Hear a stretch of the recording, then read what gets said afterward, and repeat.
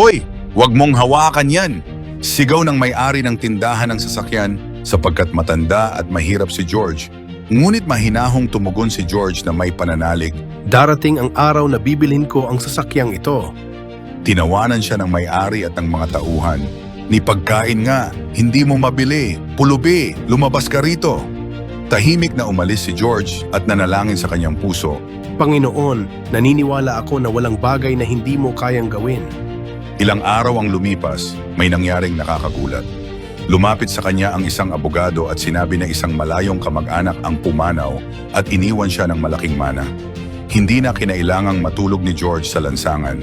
Hindi nagtagal, bumalik siya sa tindahan ng sasakyan at matatag na sinabi, Bibilhin ko ito. habang minamaneho ni George ang sasakyan, tumulo ang kanyang luha.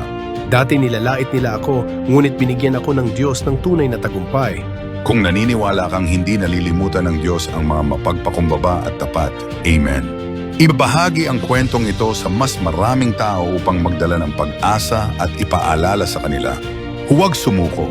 Kapag dumating ang takdang oras, tuto pa rin ng Diyos ang lahat ng bagay.